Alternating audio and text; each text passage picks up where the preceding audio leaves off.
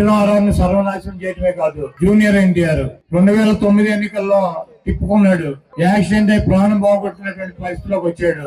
ఈ తుప్పుగాడి కొడుకు పప్పుగాడు ఉన్నాడు, లోకేష్, పనికిరానటువంటి వెధవవాడు. వాడిని తీసుకొచ్చి ఆ తెలుగుదేశం పార్టీకి ముఖ్యమంత్రిని చేయాలి, అధ్యక్షుడిని చేయాలని చెప్పి జూనియర్ ఎన్టీఆర్ చిన్నాని మీద అనేక కుట్రలు చేసి అతన్ని అనేక రకాలుగా ఇబ్బంది పెట్టేటువంటి పరిస్థితి ఉంటుంది. పెద్ద ఎన్టీఆర్ ని గాని చిన్న ఎన్టీఆర్ ని గాని అభిమానించేటువంటి ప్రతి వ్యక్తి కూడా ఈ దొంగ, ఈ 420 గాడు అయినటువంటి చంద్రబాబుని గొయ్యి తీసి గోతులో కనుక పాతి పెట్టినట్లయితే ఆ పార్టీ రేపు ఎన్టీఆర్ చేతిలోకి వెళ్తుంది. కానీ ఈ పనికి మాలినటువంటి చంద్రబాబుని, లోకేష్ ని గెలిపించినట్లయితే ఆ ఎన్టీఆర్ ను కూడా అనాదన చేసి కోటాను కోట్ల రూపాయలు సంపాదించుకుని ఈయన మద్దతుదారులు బతికేటువంటి పరిస్థితి ఉంటుంది. కాబట్టి ఎన్టీ రామారావుని నిర్ధారించేటువంటి ఎన్టీఆర్ అభిమానులకు జగన్మోహన్ రెడ్డి గారికి మనందరం కూడా మద్దతు ఇవ్వాల్సినటువంటి అవసరం ఉంది.